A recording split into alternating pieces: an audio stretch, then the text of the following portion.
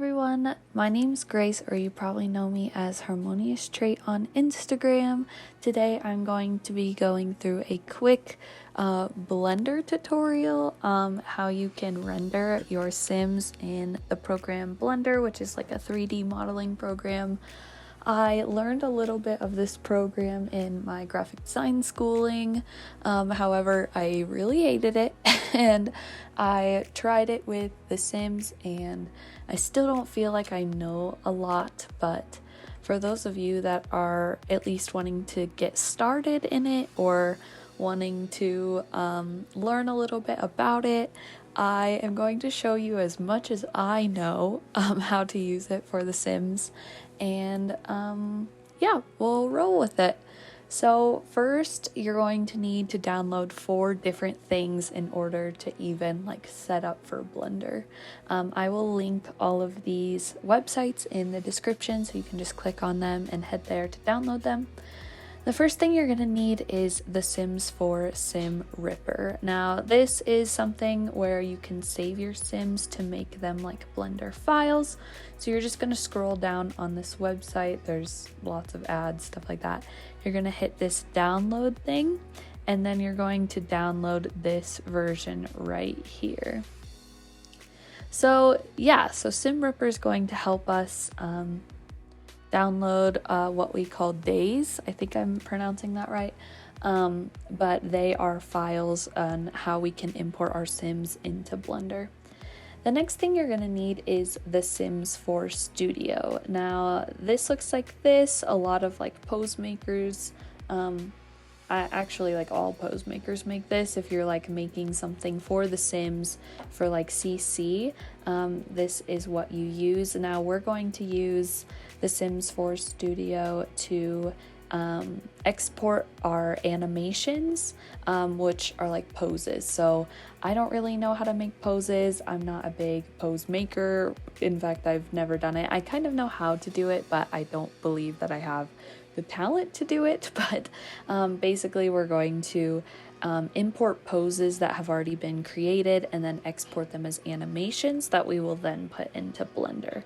So make sure you scroll down here, and then there's download links right here.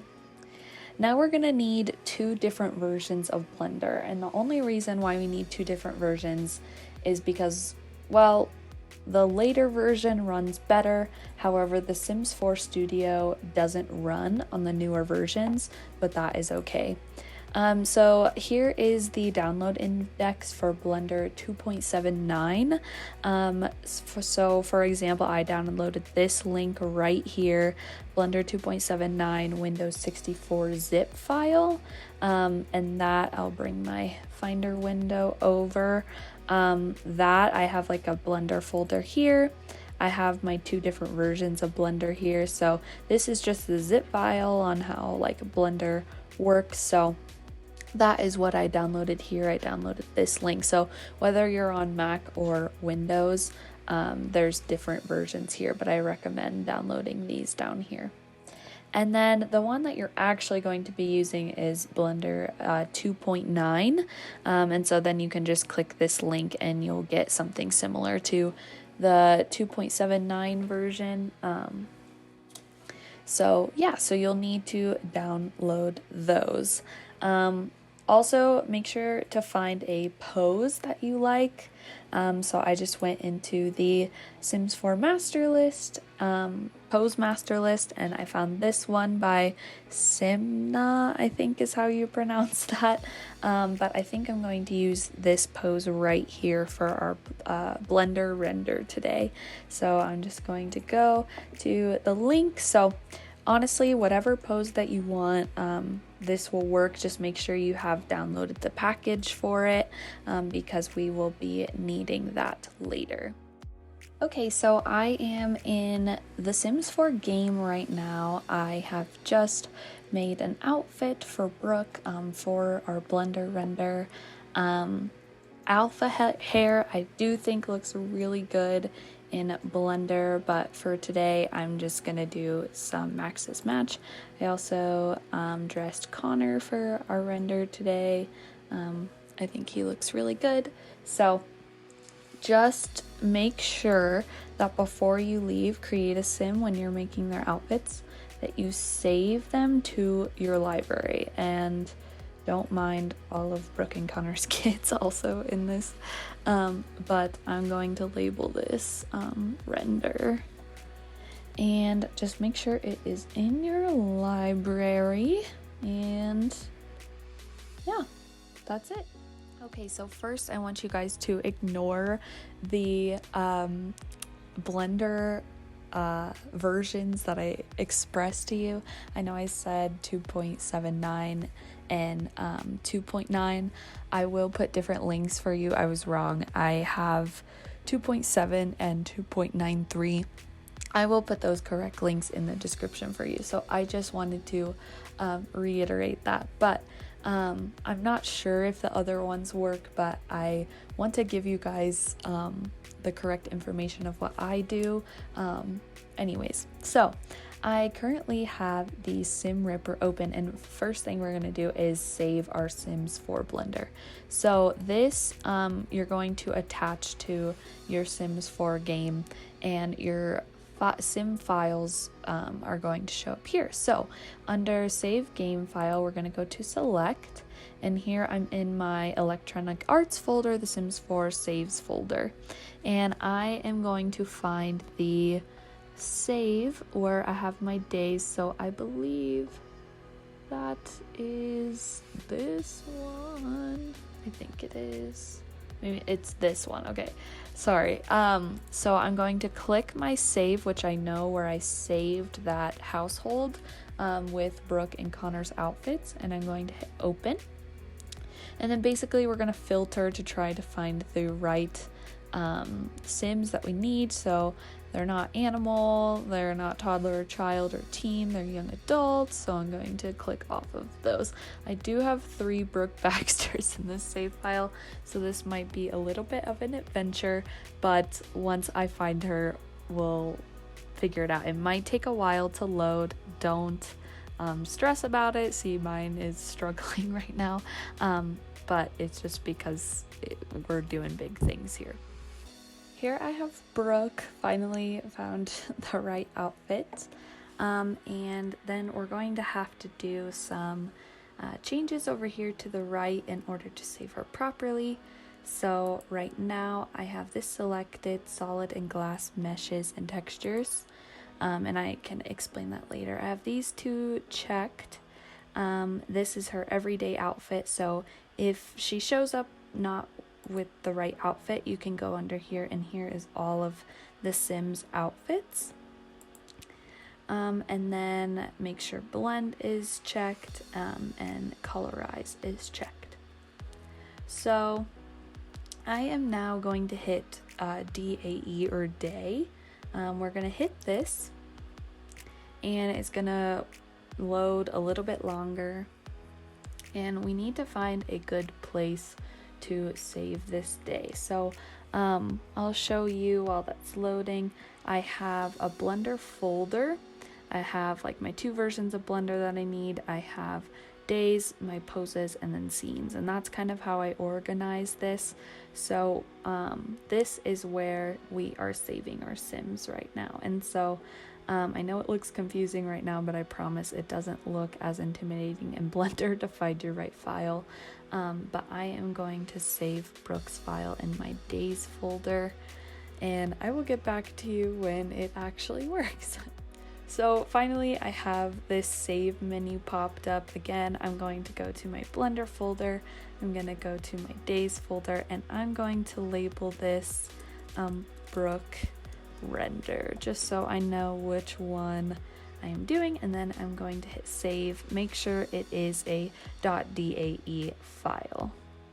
Now this is going to save, and then I'm going to go through this menu over to the left again and find Connor's Day and do the same thing. So make sure all of these settings look similar to mine, export as a day, and then save them in a folder where you can find it later.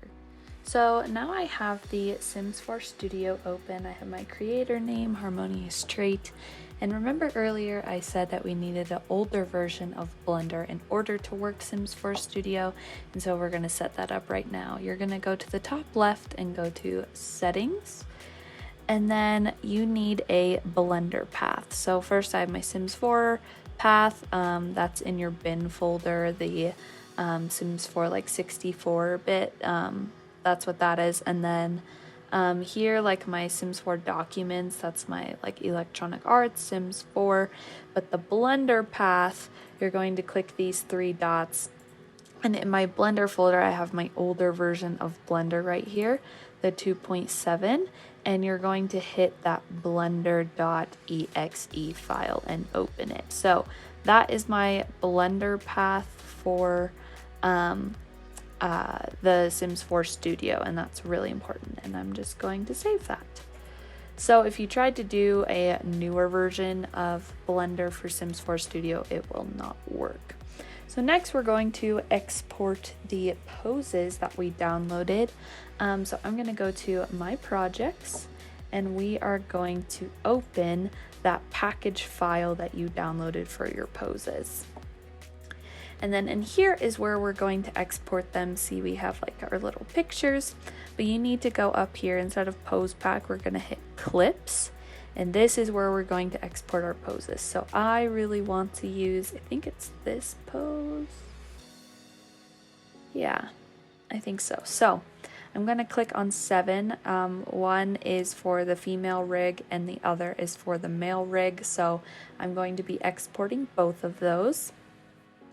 And so this name is M4, so that means that it's for the male pose.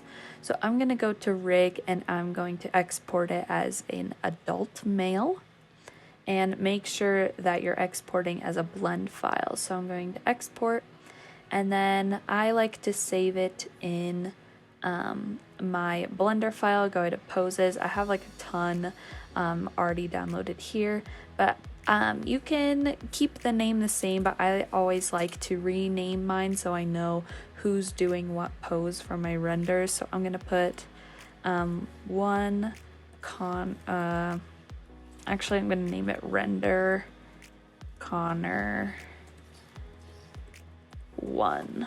So, and then I'm going to save that in my poses folder. It's going to export the animation, and then I'm going to do the same thing for Brooke, and I will come back after I do so. So I'm going to click number 8.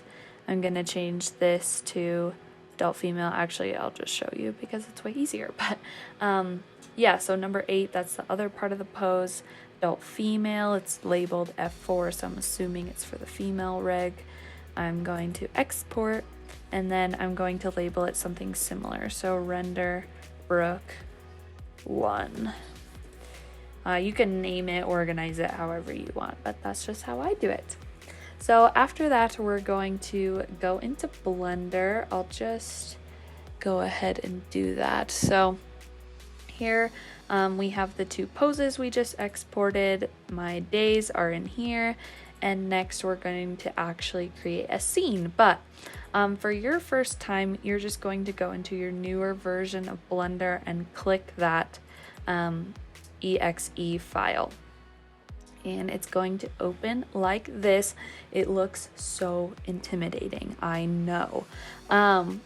We're gonna go ahead and go with a general file. I'm going to show you how to set up like a basic scene. I'm going to right click this cube and delete it because we do not need that. Now, you can go to Google and search up maybe some free Blender scenes and open those up if you want. But for this tutorial, I'm just going to show you how to set up like a basic wall and floor in order to pose your Sims against. And we're going to call that good. So as you can see, we have a few elements in our blank Blender scene. Here, if you click this arrow or triangle, we have our camera, which you can see over to the right. And then we have this light right here, which is going to help with shadows in our render, but I don't really need this light. I'm going to set up some different ones later, so I'm just going to go ahead and delete that.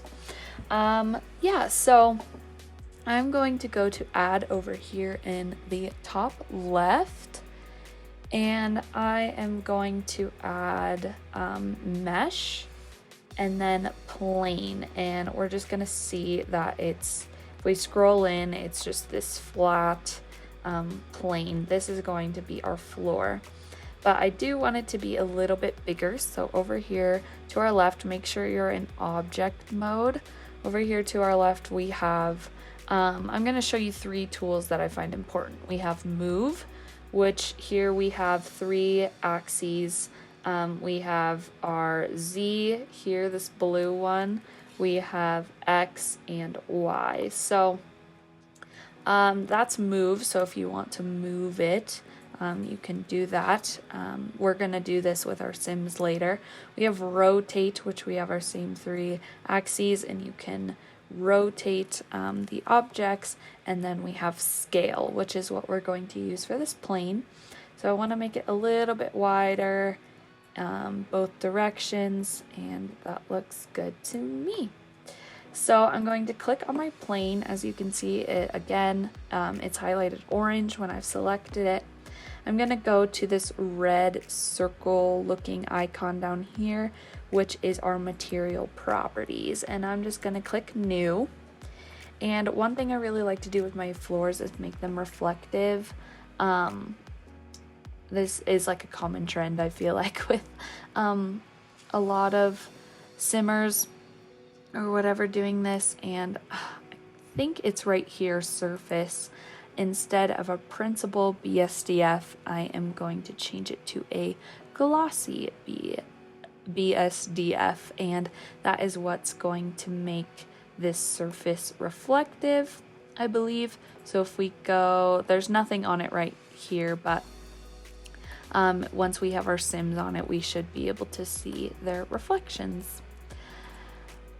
Next, I'm going to add another plane, but we're going to make it as a wall. So I'm going to go to add, mesh, and then plane again, and we're going to go to our rotate instead.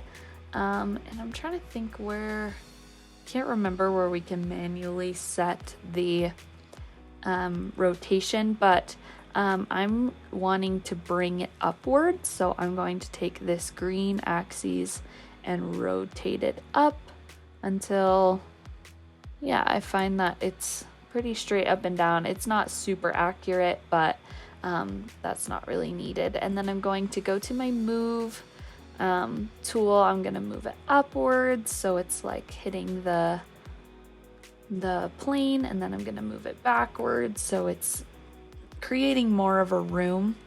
I'm going to go to my scale tool again so I can make it bigger this way, and boom, I have my wall. So it's not exactly lined up, but again, we're just kind of going through this quickly, but we have a photo backdrop pretty much.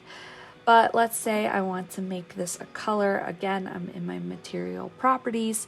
I'm gonna hit new, and then I'm going to change the color of this. Yeah, so if I double click this color right here, I have the color wheel. So I'm just gonna make this, I think Connor's shirt's red. I think I'm gonna make it yellow. That might be kind of fun. And yeah, I think that's good. So, I have my wall color. This is like more like a mirror, so I don't really feel the need. If you're not seeing your color, it's probably because you're in a different view. So like this is probably the view that you're in right now.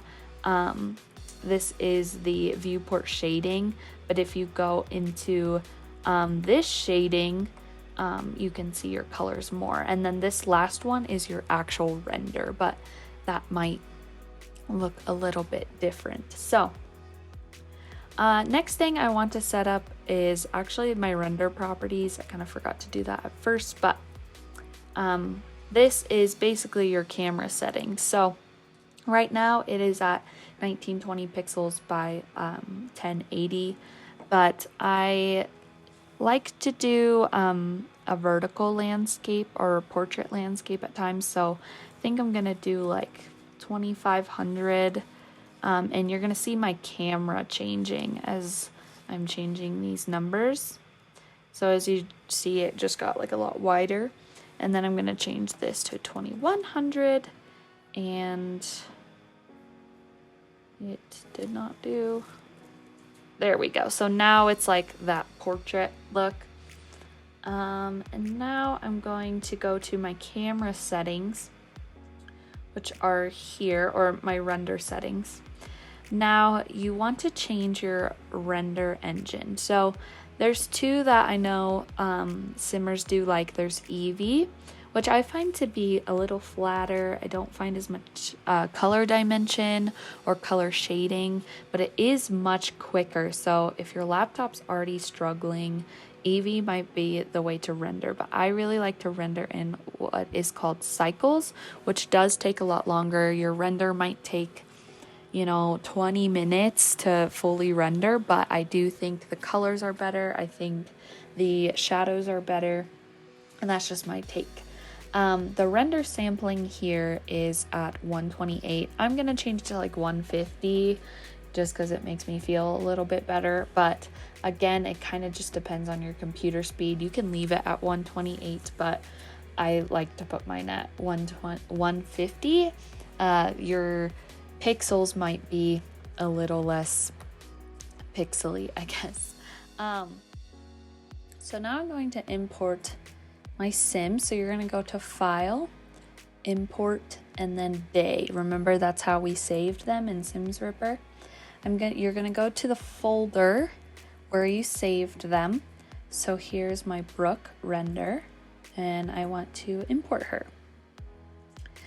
So she looks a little funky right now, as you can tell. She's labeled Rig in here, but I'm gonna double click that and label her Brooke. As you can see, she looks really odd. Her colors don't look right. Her eyelashes are literally opaque. And so we're going to fix that.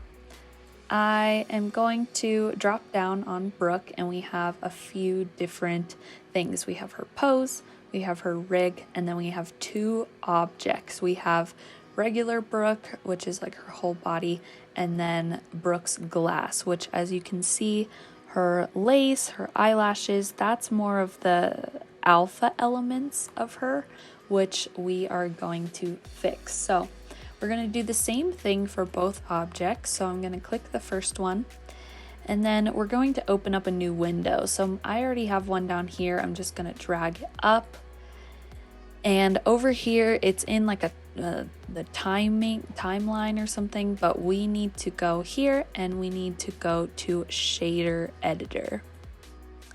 And here we have her shaders. So first, we're going to need two new nodes. These little boxes here are nodes.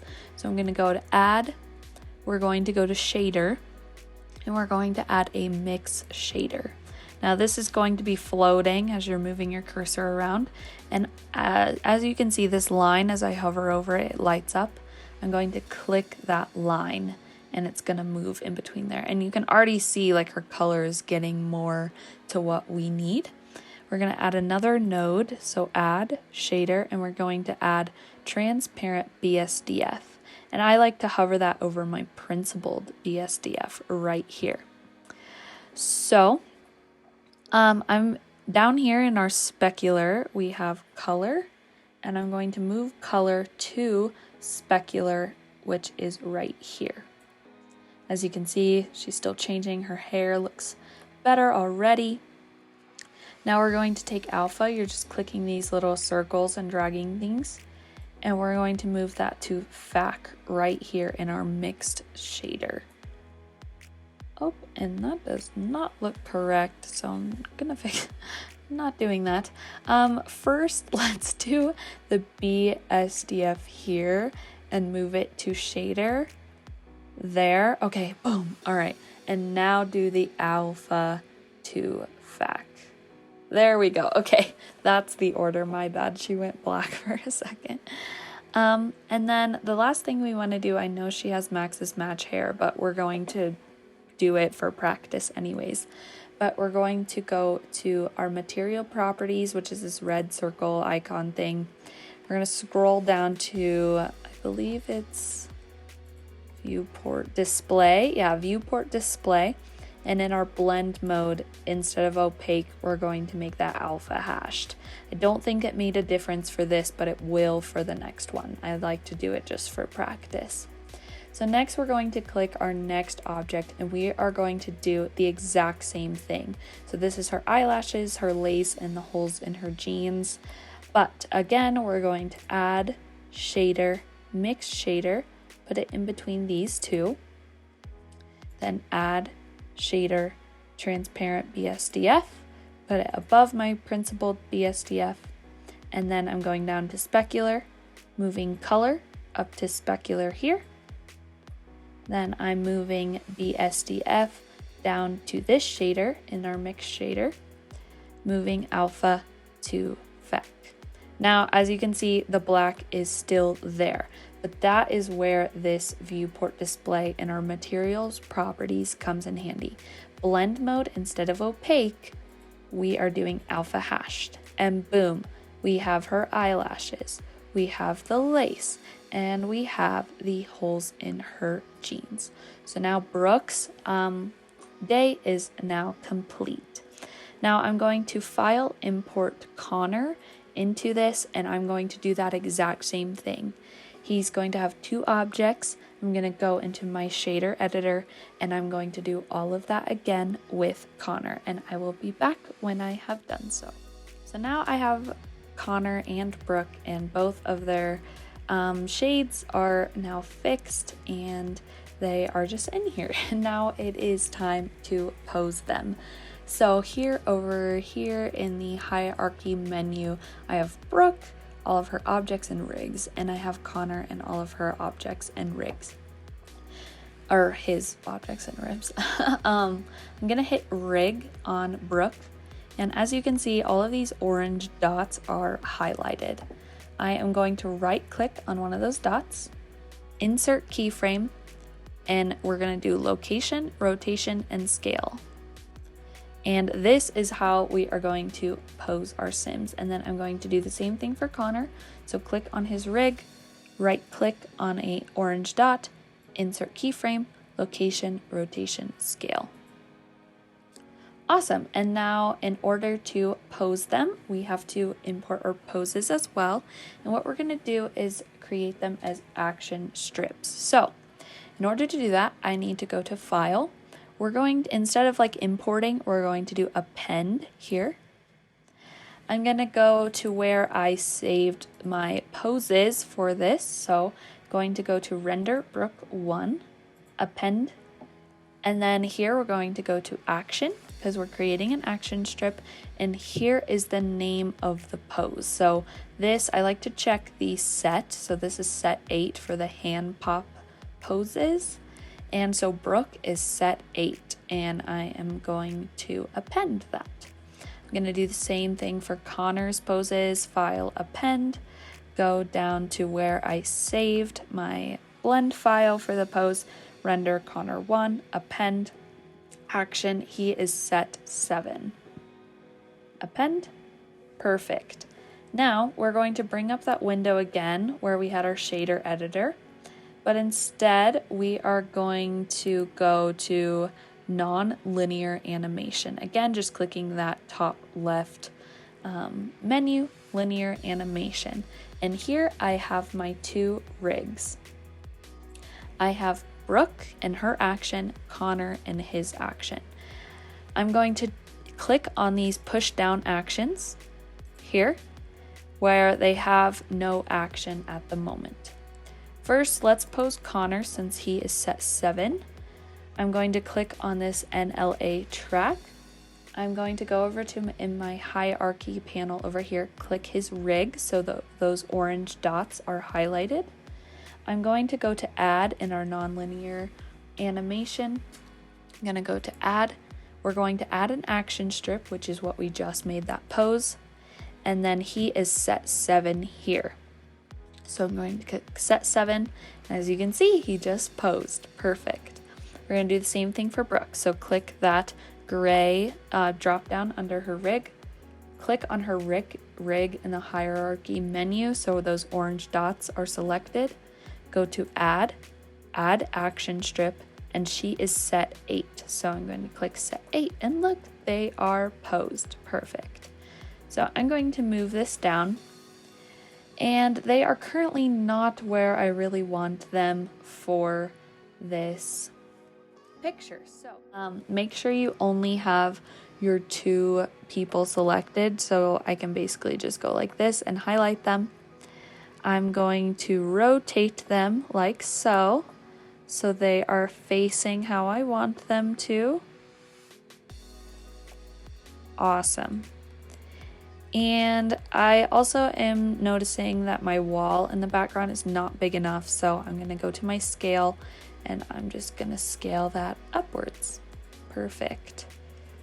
Sweet. So since we rotated Brooke and Connor, in order to get the camera rendering what we need them to, I need to go back into their rigs. So click their rig, and we're going to do that same thing where we right click, insert keyframe, location, rotation, scale. And then I'm going to do the same thing for Connor. And this is going to lock them in place, which is just really important. So next I'm going to be showing you how to set up the camera and set up some lights in order to create the picture that we want. So first thing to move your camera is you need to locate it, and mine is over here. It looks like this. You can also just click it in your hierarchy panel and it'll highlight it for you. And we're gonna move it, so I obviously need to just start moving it with the axes, bring it downwards. Oh, now it's too far down. And then move it closer to them. And that's about where I want it, I think. But if I click my camera viewport, which is over here to the right, the little camera, it's literally just facing the ground, which is not what we want. So I am going to click the camera, go to rotate over here, and I'm just going to start rotating it so it is closer to Brooke and Connor. Awesome. You can also change the perspective of it. So if you, this white or different colored box right here, you can move it closer or backwards, and that just helps more with the like perspective of it. Going to move this down over to the side. It is definitely a process. Let's see, I kind of want to get like a full body maybe for our render, so I think I might bring it backwards, maybe down, backwards, and then yeah, just toggle back and forth. I need to rotate it upwards, getting closer. Maybe downwards. I know some people like how we open that new window and like drag it up. I know some people have like both of the 3D viewport windows open, but I haven't found a good way to do that with how big my computer screen is yet, so I just kind of toggle back and forth. I find it to be easier for me. So I actually wanted my perspective to look a little bit different, so I'm gonna go to my render properties, and I think this one's gonna be 2100, this one 2500. Boom, and then I have my, yeah, more of my vertical portrait than I had before. And I think I'm gonna move the perspective a little closer. Oh, I'm so close. I'm sure you guys are struggling as well. Yeah, again, just toggle back and forth. Find the view that you like with your camera, and we will move on from there. I think we're close. I know I keep saying that, but I'm being really picky right now. There, okay. We'll call that good. Okay, perfect. So we have our camera, how we want it. And what's a good render without some awesome shadows? And we need some light. So we are going to add light, and I like to use the area lights, especially for like a studio setup. So I'm gonna go to light, and that just where is it? It's so odd. I think it's just here. Yeah. So I'm gonna move it upwards. I think I'm gonna do 3 different area lights. One above the camera. So we're gonna move it. It's just a box, so it's like a ceiling panel, you know? So just start moving things how you need. So I'm gonna do one in front of them, which like lights them from the front, and I'm going to angle it towards them. So see that white line? That's angling towards them. So that's where the light is directing. And down here, you can see this little green light bulb appeared when we are selected on the light.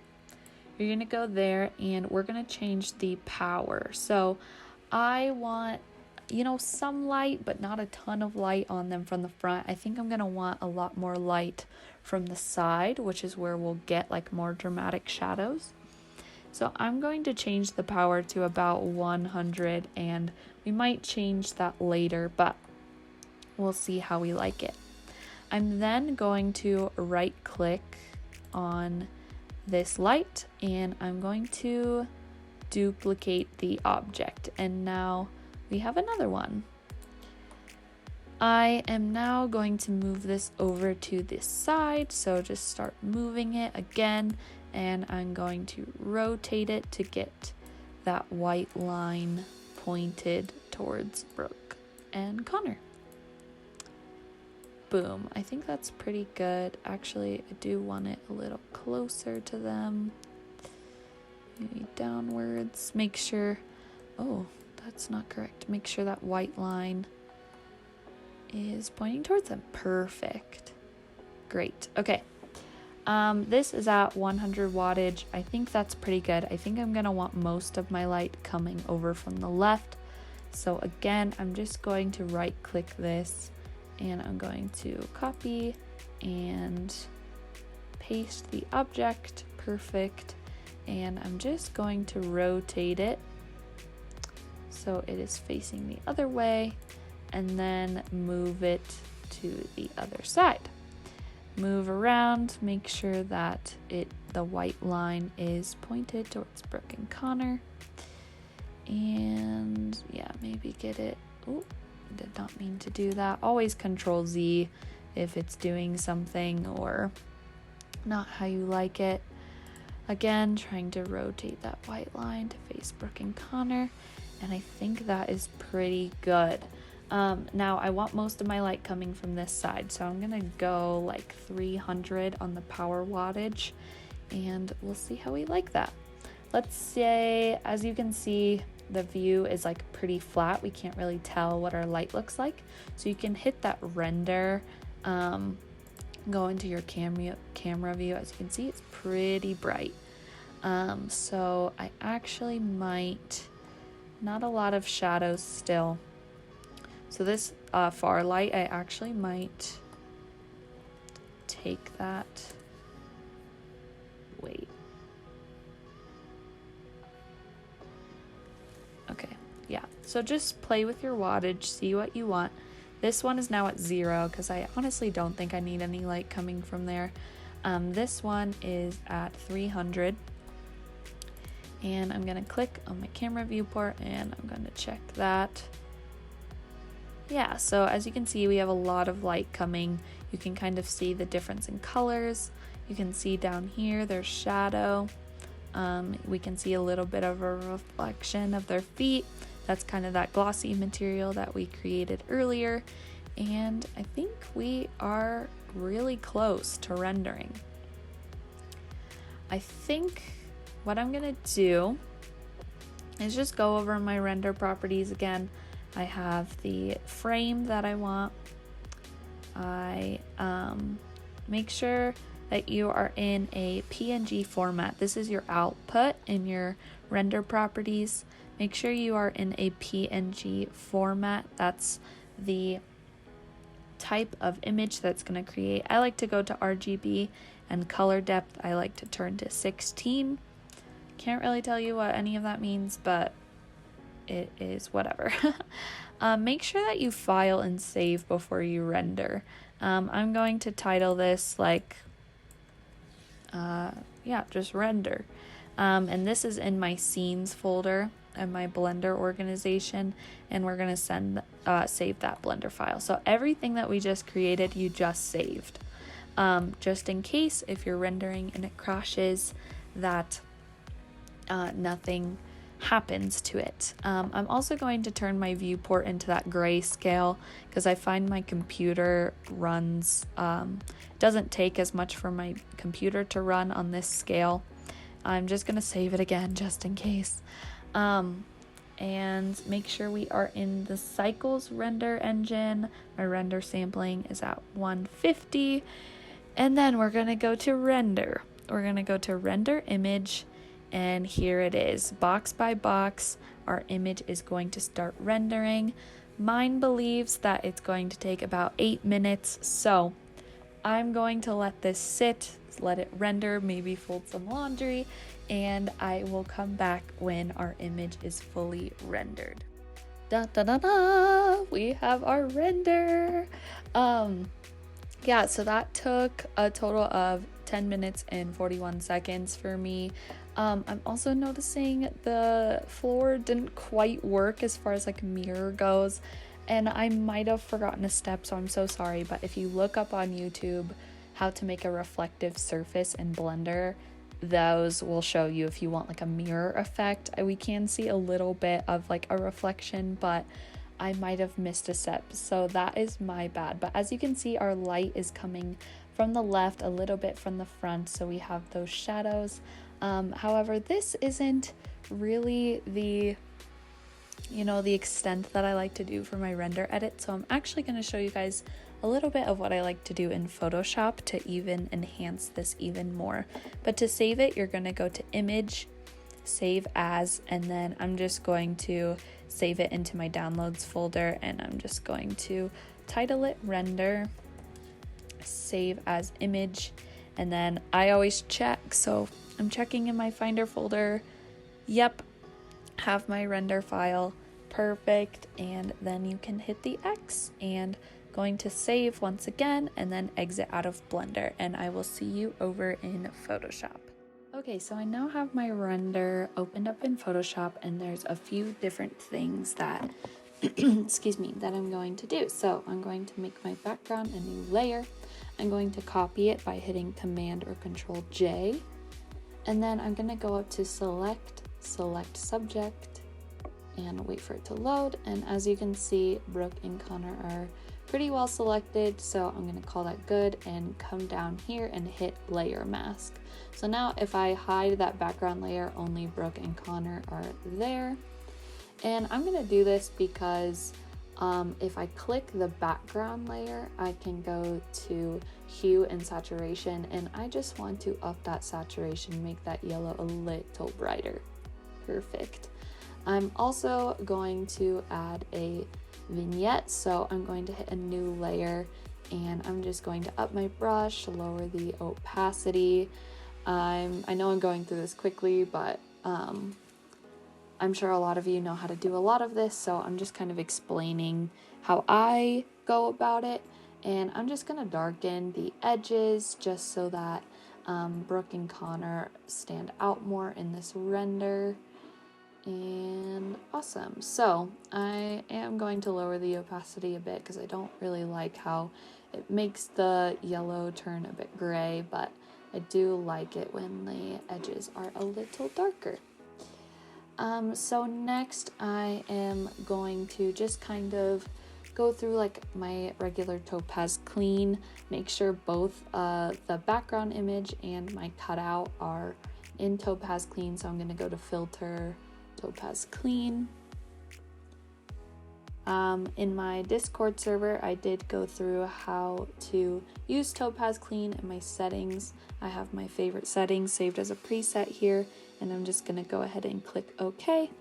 And then I'm going to Control Command F to do the same thing to the background image. Perfect. Okay, awesome. So next, what I like to do is I like to kind of heighten the highlights and the shadows of the people in the render. So I'm going to click on the cutout. I'm going to go to Adjustments, go to Levels, and bump up the highlights just a tad. Bring the shadows down just a tad. You can kind of play with it as you like. And then I am also going to create a clipping mask for that because I don't want the background to get much lighter. So I'm going to right click on that layer, create clipping mask, and then that only is for Brooke and Connor.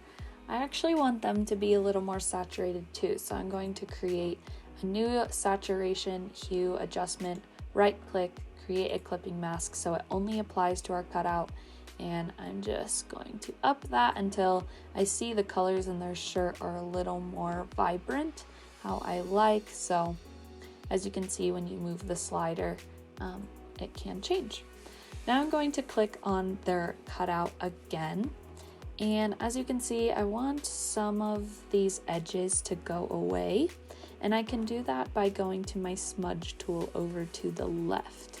I'm going to click on my smudge tool. I'm going to move the strength to about 30%, and I'm just going to start making little circles to kind of soften these edges. And I'm not going to do it a whole ton, maybe on the sleeve over here, just kind of smooth out. If you need to adjust the strength, you can. Over here on her elbow, I want to change it up a little bit. And that looks pretty good. Maybe on his knuckles. Sometimes the render can create really hard edges, but by using a smudge tool, I can kind of fix that a little bit here. Awesome, that looks pretty good to me. I'm not too picky, especially because this is a render from a little farther away. And then I like to use tools over here to the left. They're called the Dodge and Burn tool. If you right click on this tool, they're kind of hidden under here. Dodge means it brings out the highlights of a photo, and burn means it brings out the shadows of a photo. And I like to do this with their hair just to make it a little bit more dynamic. So I'm going to take my Dodge tool, which is for the highlights, and I'm going to bring it to about 20%. And I'm just going to start going over the highlights of her hair. Not too much, but just helping them stand out a little bit more. Helping the top of her hair. And I'm just going to do Brooke. I'm not going to show you me editing this whole image, but just kind of want to show you some techniques on what I do in order to create these more dynamic renders. So I'm just taking her hair, highlighting it. Might take her chin, highlight it a bit more, her eyes, her forehead, her cheek. Just add some highlights, maybe the highlights in her chest here, her stomach, just wherever you're seeing those light edges, you can kind of enhance them. And take her ring, definitely highlight that a bit more. And awesome, maybe her jeans, where the light is hitting them. Awesome. I'm going to right click on that Dodge tool, go to the Burn tool, and I'm going to up the exposure a little bit, especially for the hair. But once we get to her skin, I'm definitely going to lower it. But just start burning it down here. As you can see, it's getting darker, making the brush smaller so I can get in between here. Kind of, yeah, just highlighting these darker edges a little bit more in between the highlighted sections, just to make them a little bit more dynamic, a little more separated, kind of painting the shadows, enhancing them a little more. Perfect. See, I think her hair already looks a lot more, it stands out a lot more. I'm going to lower my exposure to about 10%, I'm just gonna go here, the backs of her arms where there's that shadow, her stomach back here, the lower end of her chest, maybe underneath her chin. On the face, definitely don't overexpose. Just contouring her nose a little bit more. Awesome. So you can kind of see the difference between Brooke. Her lighting is definitely more dynamic than Connor over here. You don't have to do all this. I think the render looks really cool already. However, in Photoshop, I just like enhancing it a little bit more. Overall, that's kind of just what I do in order to make these renders. This is probably the limited knowledge, all of the limited knowledge that I have as far as Blender goes. I really hope this tutorial was helpful for you. If you have any questions, please visit my Discord server or my Instagram DMs and ask me questions there. I find I am much more responsive to questions there than in YouTube comments. So please check those out if you guys have any questions, and I will definitely respond. Again, I hope you enjoyed this tutorial and you have a wonderful morning, afternoon, or evening wherever you are. And yeah, just thank you again for watching.